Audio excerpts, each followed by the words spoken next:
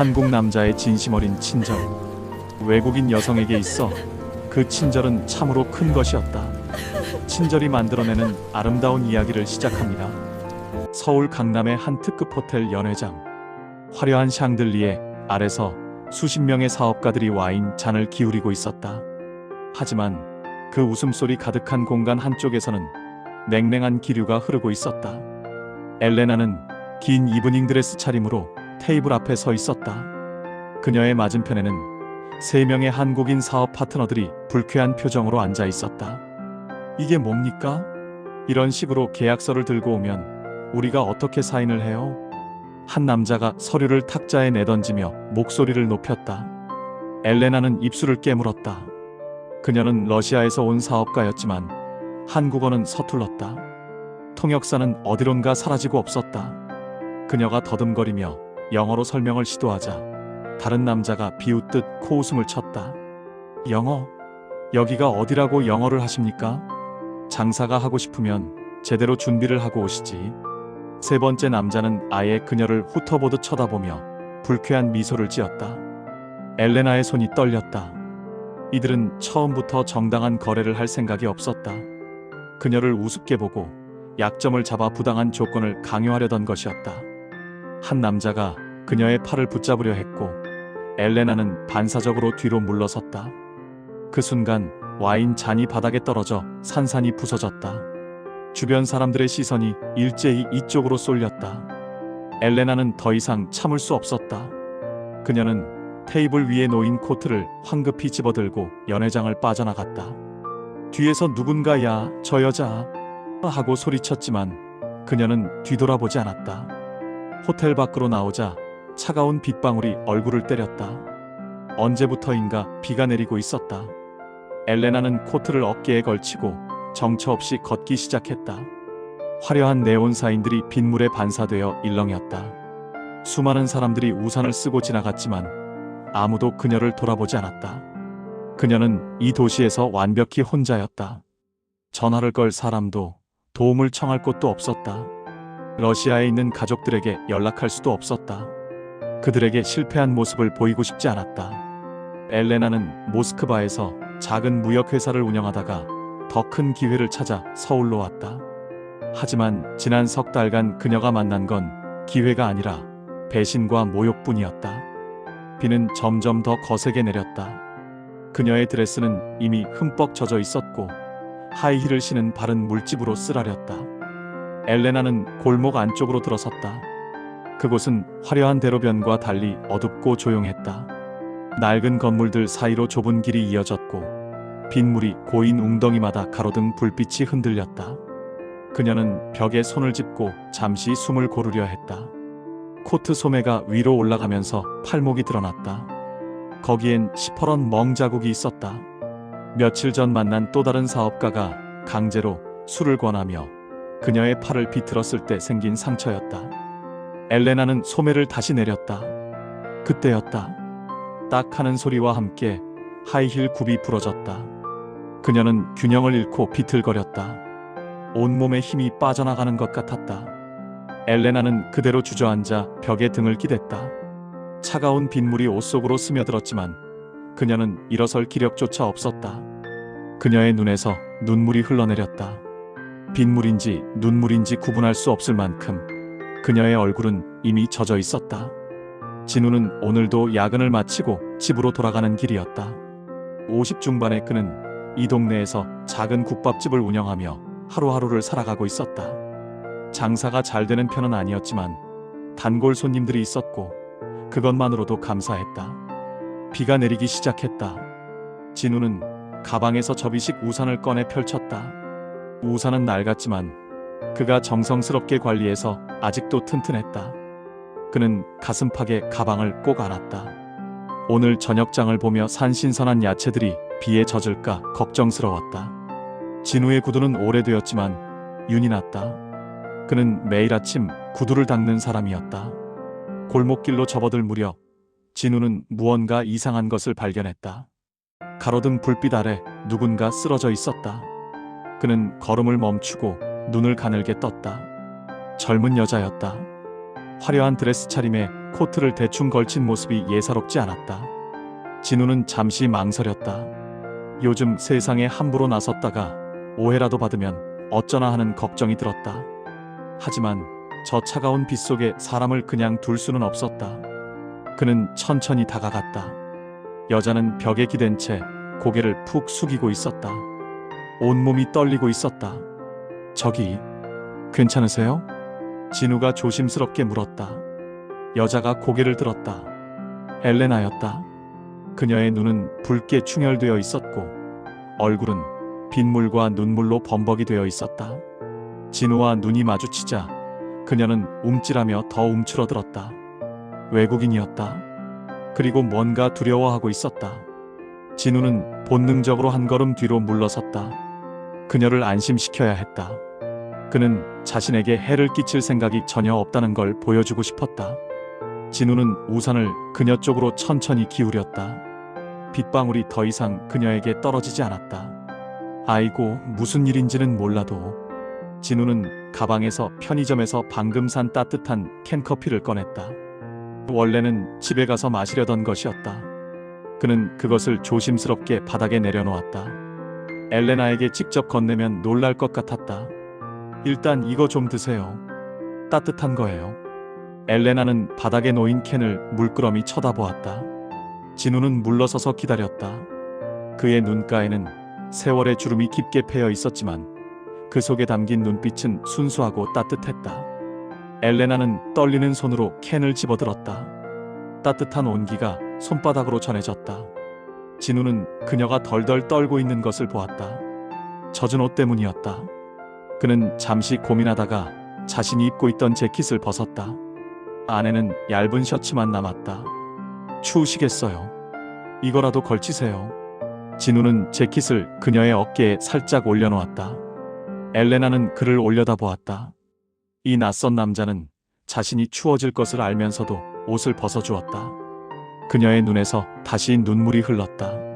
하지만 이번에는 다른 종류의 눈물이었다. 일어나실 수 있겠어요? 제가 좀 도와드릴게요. 진우는 서툰 손짓으로 일어서는 신용을 했다. 엘레나가 고개를 끄덕였다.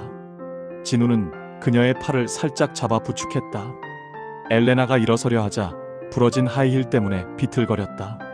진우가 재빨리 그녀를 받쳐주었다. 천천히요.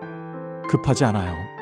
말은 통하지 않았지만 진우의 목소리 톤과 표정이 모든 것을 말해주었다. 엘레나는 그의 도움을 받아 조심스럽게 균형을 잡았다. 진우는 우산을 높이 들어 두 사람 모두를 가릴 수 있게 했다. 자신의 어깨는 빗물에 젖어가고 있었지만 그는 신경 쓰지 않았다. 제 가게가 여기서 멀지 않아요. 거기 가서 좀 쉬세요. 따뜻한 거 드시고요. 진우는 천천히 걷기 시작했다. 엘레나는 그의 옆에서 절뚝거리며 따라왔다. 진우는 그녀의 걸음에 맞춰 속도를 늦췄다. 빗속을 걷는 두 사람의 뒷모습은 묘하게 평화로워 보였다. 낯선 이의 우산 아래서 엘레나는 서울에 온 후 처음으로 안전함을 느꼈다. 골목 안쪽으로 들어서자 작은 간판이 보였다. 인연. 소박한 글씨로 쓰인 국밥집 간판이었다. 진우는 주머니에서 열쇠를 꺼내 문을 열었다. 이미 영업시간이 끝나 불은 꺼져 있었지만 그가 안으로 들어가 스위치를 올리자 따뜻한 노란 불빛이 가게를 채웠다. 들어오세요. 여긴 제 가게예요. 엘레나는 문턱을 넘어섰다. 가게 안은 크지 않았다. 테이블 5개 정도가 놓여 있었고 벽에는 오래된 액자들과 손님들이 남긴 사진들이 걸려 있었다. 모든 것이 낡았지만 깨끗했다. 진우가 정성껏 관리하고 있다는 것이 느껴졌다. 여기 앉으세요. 제가 뭐 좀 준비할게요. 진우는 엘레나를 창가 테이블로 안내했다. 그는 주방으로 들어가 앞치마를 둘렀다. 냉장고에서 고기를 꺼내고 선반에서 뚝배기를 내렸다. 그의 손놀림은 능숙했다. 수십 년간 같은 일을 해온 사람의 손이었다. 진우는 먼저 큰 냄비에 육수를 데웠다. 아침에 미리 끓여둔 사골 육수였다. 김이 모락모락 피어올랐다. 그는 도마 위에 고기를 올려놓고 정성스럽게 썰기 시작했다. 두께를 일정하게 맞추고 핏물을 깨끗이 제거했다. 평소보다 더 신경을 썼다.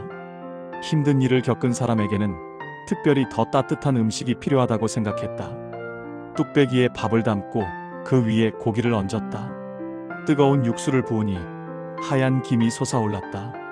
진우는 파를 썰어 위에 뿌리고 깍두기와 김치를 작은 접시에 담았다. 그는 쟁반에 모든 것을 담아 조심스럽게 테이블로 가져왔다. 자, 드세요. 뜨거우니까 천천히요. 엘레나는 앞에 놓인 뚝배기를 바라보았다. 김이 모락모락 피어오르고 있었다. 그녀는 숟가락을 들었다. 손이 떨렸다. 국물을 한술 떠서 입에 넣었다. 뜨거운 온기가 입안을 채웠고 목구멍을 타고 내려갔다. 그 순간 엘레나는 참았던 감정이 무너지는 것을 느꼈다. 고기의 깊은 맛과 육수의 구수함, 그리고 무엇보다 이 음식에 담긴 마음이 그녀를 압도했다. 눈물이 뚝 떨어져 국밥 위로 떨어졌다. 그녀는 손으로 얼굴을 가렸지만 눈물을 멈출 수 없었다. 진우는 그녀가 우는 것을 보았지만 모르는 척했다. 그는 주방으로 돌아가 설거지를 하는 척했다. 물소리를 크게 내서 그녀가 마음 놓고 울 수 있게 했다. 가끔 깍두기를 새로 썰거나 행주로 조리대를 닦으며 시간을 주었다. 엘레나는 천천히 밥을 먹었다. 눈물을 닦아내고 한 숟가락씩 떠먹었다. 고기는 부드러웠고 밥은 적당히 퍼져서 먹기 좋았다. 깍두기의 아삭한 식감과 새콤한 맛이 입맛을 돋웠다. 그녀는 언제 마지막으로 이렇게 정성스러운 음식을 먹었는지 기억할 수 없었다. 모스크바에 있는 어머니가 생각났다. 어머니도 이렇게 음식을 만들어 주셨다. 말은 많지 않았지만 음식에 모든 마음을 담는 사람이었다. 엘레나는 성공하겠다고 큰 소리치며 한국으로 왔다. 하지만 지난 몇 달간 그녀가 느낀 것은 외로움과 두려움뿐이었다. 어머니에게 전화하고 싶었지만 실패한 모습을 보이기 싫어서 참았다. 뚝배기가 비어갈 무렵 진우가 다가왔다. 손에는 따뜻한 보리차가 담긴 주전자와 컵이 들려 있었다. 입가심하세요. 그는 컵에 보리차를 따라 주었다. 엘레나는 컵을 두 손으로 감싸 쥐었다. 따뜻했다. 진우는 그녀 맞은편에 앉아 인자하게 미소 지었다. 주름진 얼굴이었지만 그 미소는 봄날의 햇살처럼 따뜻했다. 좀 나아지셨어요? 엘레나는 한국말을 잘 이해하지 못했지만 그의 표정을 보고 고개를 끄덕였다. 그녀는 가슴에 손을 얹고 감사합니다라는 의미로 고개를 숙였다. 진우도 손을 저으며 괜찮다는 듯이 웃었다. 말은 통하지 않았지만 그 순간 두 사람 사이에는 깊은 이해가 흘렀다. 엘레나는 이 소박한 가게에서, 이 낯선 남자에게서 인간에 대한 믿음을 다시 찾았다. 세상에는 아직 선한 사람들이 있었다. 아무런 대가도 바라지 않고 그저 어려운 사람을 돕는 사람들이. 창밖으로는 여전히 비가 내리고 있었다. 하지만 창문에 서린 김 너머로 보이는 빗줄기는 더 이상 차갑게 느껴지지 않았다. 다음 날 아침, 진우는 평소보다 조금 일찍 가게 문을 열었다. 어젯밤 엘레나는 비가 그친 후 택시를 타고 떠났다. 진우는 택시비를 건네려 했지만 그녀는 완강히 거절했다. 대신 그녀는 진우의 손을 꼭 잡고 한참 동안 고개를 숙여 감사를 표했다. 가게 안으로 들어서자 진우는 어젯밤 엘레나가 앉았던 테이블을 보았다. 그리고 깜짝 놀랐다. 테이블 위가 깨끗이 정리되어 있었던 것이다. 뚝배기와 그릇들이 싱크대에 가지런히 놓여 있었고 테이블은 깨끗이 닦여 있었다. 테이블 한가운데에는 작은 쪽지가 놓여 있었다. 진우는 쪽지를 집어들었다. 러시아어로 빼곡히 쓰여 있었다. 물론 그는 한 글자도 읽을 수 없었다. 하지만 쪽지 아래쪽에 그려진 그림은 알아볼 수 있었다. 정성스럽게 그려진 하트 모양이었다. 진우는 빙그레 미소를 지었다. 무사히 돌아갔으면 됐지 뭐. 진우는 쪽지를 조심스럽게 접어 서랍 안에 넣었다. 그리고 평소처럼 하루를 시작했다.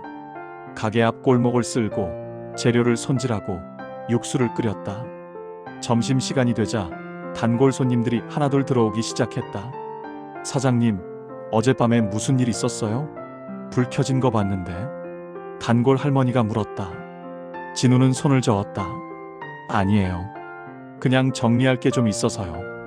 오후가 되자 가게는 한산해졌다. 진우는 주방에서 내일 쓸 재료를 준비하고 있었다. 그때였다.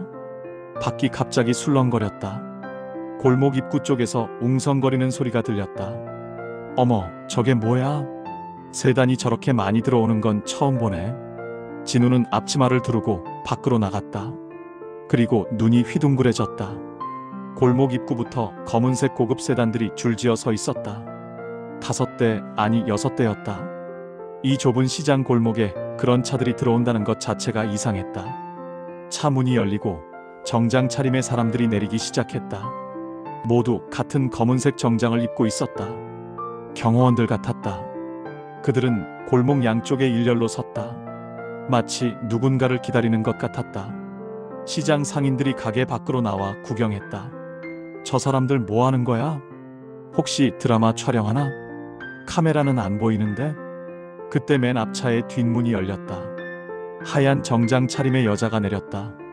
긴 생머리를 뒤로 넘긴 그녀는 선글라스를 끼고 있었지만 진우는 한눈에 알아볼 수 있었다. 어젯밤 그 여자였다. 엘레나였다. 하지만 지금의 엘레나는 완전히 달랐다. 비에 젖어 떨고 있던 가련한 모습은 온데간데 없었다. 그녀는 당당했고 카리스마가 넘쳤다. 주변 사람들의 시선을 한몸에 받으며 걸어오는 그녀의 모습은 마치 영화 속 주인공 같았다. 엘레나는 골목을 둘러보다가 진우를 발견했다. 그녀의 얼굴에 환한 미소가 번졌다. 선글라스를 벗은 그녀는 진우에게 달려왔다. 진우는 당황해서 뒤로 물러섰다. 아니죠. 엘레나는 진우 앞에 섰다. 그리고 유창한 영어로 뭐라고 말했다. 진우는 전혀 알아들을 수 없었다. 당황한 표정으로 서 있는 진우를 보고 엘레나 뒤에 있던 여자가 앞으로 나섰다. 통역사였다. 저희 회장님께서 어제 은혜에 감사드린다고 하십니다. 회장님이요? 진우는 눈이 더 커졌다. 통역사가 설명을 이었다. 네, 저희 회장님은 러시아 최대 물류기업인 발틱 로지스틱스의 CEO이십니다. 그 순간 엘레나 뒤에 서 있던 경호원들이 일제히 움직였다. 그들은 모두 진우를 향해 정확히 90도로 허리를 숙였다. 감사합니다. 우렁찬 목소리가 골목에 울려 퍼졌다. 주변에서 구경하던 사람들이 놀라 수군거렸다. 진우는 어찌할 바를 몰라 손을 마구 저었다. 아니, 이게 무슨... 제가 뭐 한 것도 없는데. 엘레나는 진우의 손을 잡았다. 그녀의 눈에는 진심 어린 감사가 담겨 있었다. 통역사가 그녀의 말을 전했다. 회장님께서 말씀하십니다. 어젯밤 당신이 베풀어 주신 건 단순한 친절이 아니었다고요. 당신은 절망에 빠진 한 사람에게 다시 일어설 용기를 주셨습니다. 그 은혜를 꼭 갚고 싶다고 하십니다. 진우는 고개를 저었다. 아니에요. 저는 그냥 당연한 일을 했을 뿐인데요. 엘레나는 미소 지으며 무언가를 지시했다. 경호원 한 명이 서류 가방을 열고 두꺼운 서류 뭉치를 꺼냈다. 진우는 그것을 보며 점점 더 당황스러워졌다. 대체 무슨 일이 벌어지고 있는 것일까? 통역사가 서류를 펼쳐 보이며 설명하기 시작했다. 회장님께서 이 지역 전통시장 활성화 프로젝트를 추진하고 계십니다. 그리고 사장님의 가게를 그 중심으로 삼고 싶다고 하십니다. 진우는 서류를 물끄러미 바라보았다. 그곳에는 복잡한 계획들이 적혀 있었다. 시장 리모델링, 관광객 유치 프로그램, 전통 음식 문화체험 등. 진우는 고개를 저었다. 아니에요. 이건 너무 큰일이에요. 저는 그냥 작은 국밥집 주인일 뿐입니다. 엘레나는 통역을 듣고 진우에게 더 가까이 다가왔다. 그녀는 진우의 거친 손을 두 손으로 꼭 잡았다. 그리고 천천히 진심을 담아 말했다. 통역사가 전했다. 회장님께서 말씀하십니다. 그날 밤 당신이 내준 건 국밥이 아니었다고요. 그건 삶에 대한 희망이었습니다. 당신은 아무것도 묻지 않았고 판단하지 않았고 그저 따뜻한 마음으로 저를 대해주셨습니다. 그 순간 저는 깨달았습니다. 진짜 가치 있는 건 돈이나 권력이 아니라 사람을 향한 진심이라는 것을요. 엘레나의 눈가가 촉촉해졌다. 진우는 당황스러웠지만 그녀의 진심만큼은 느낄 수 있었다. 제가 한 건 정말 별거 아니었어요. 아닙니다. 그게 얼마나 큰 의미인지 당신은 모르십니다. 엘레나는 주변을 둘러보았다. 가게 밖에는 많은 사람들이 모여 있었다. 시장 상인들, 동네 주민들, 그리고 호기심 어린 눈으로 이 광경을 지켜보는 사람들. 엘레나는 통역사에게 무언가 지시했다. 통역사가 큰 소리로 발표했다. 오늘 이 자리에 계신 모든 분들을 초대합니다. 인연 국밥집에서 점심 식사를 대접하겠습니다. 모두 들어오세요. 사람들이 웅성거렸다. 진우는 깜짝 놀라 손을 저었다. 아니, 가게가 작은데 어떡해. 하지만 경호원들이 이미 움직이기 시작했다. 그들은 골목에 테이블과 의자를 설치하기 시작했다. 어디서 준비해온 것인지 깨끗한 천으로 덮인 테이블들이 순식간에 골목을 채웠다. 엘레나는 진우에게 미소 지으며 말했다. 오늘은 제가 당신을 돕겠습니다. 어제처럼요. 진우는 할 수 없이 주방으로 들어갔다. 엘레나는 앞치마를 빌려달라고 했다. 진우가 깨끗한 앞치마를 건네자 그녀는 능숙하게 허리에 둘렀다. 하얀 정장 위에 소박한 면 앞치마를 두른 모습이 묘하게 어울렸다. 사람들이 하나둘 들어오기 시작했다. 동네 할머니, 할아버지들이 먼저 자리를 잡았다. 진우는 부지런히 국밥을 끓였다. 엘레나는 그의 옆에서 그릇을 나르고 물을 따랐다. 처음에는 서툴렀지만 점점 익숙해졌다. 회장님이 직접 서빙을 하시네. 세상에, 저 비싼 옷 입고 일하시는 거 봐. 사람들이 신기해하며 수군거렸다. 하지만 엘레나는 전혀 개의치 않았다. 그녀는 할머니들에게 국밥을 내오며 환하게 웃었다. 말은 통하지 않았지만 미소와 눈빛으로 충분했다. 한 할아버지가 국밥을 한 숟갈 뜨고 엄지를 치켜 세웠다. 이야, 역시 진우네 국밥이 최고야. 진우는 부끄러운 듯 웃었다. 엘레나는 통역사를 통해 그 말을 듣고 진우의 어깨를 다독였다. 주방은 정신없이 바빴지만 이상하게 마음이 따뜻했다. 진우는 오랜만에 이렇게 많은 사람들과 음식을 나누는 기쁨을 느꼈다. 오후가 되어 손님들이 하나둘 떠나기 시작했다. 모두들 배불리 먹고 만족스러운 표정으로 인사를 건넸다. 엘레나는 한 분 한 분께 정중히 고개를 숙이며 감사 인사를 했다. 해가 기울 무렵 골목은 다시 조용해졌다. 진우와 엘레나는 가게 앞 평상에 나란히 앉아 차를 마셨다.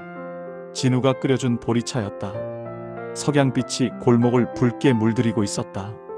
엘레나가 먼저 입을 열었다. 통역사가 옆에서 조용히 전했다. 오늘 정말 행복했습니다. 언제 이렇게 마음이 편했는지 기억도 안 나네요. 진우가 대답했다.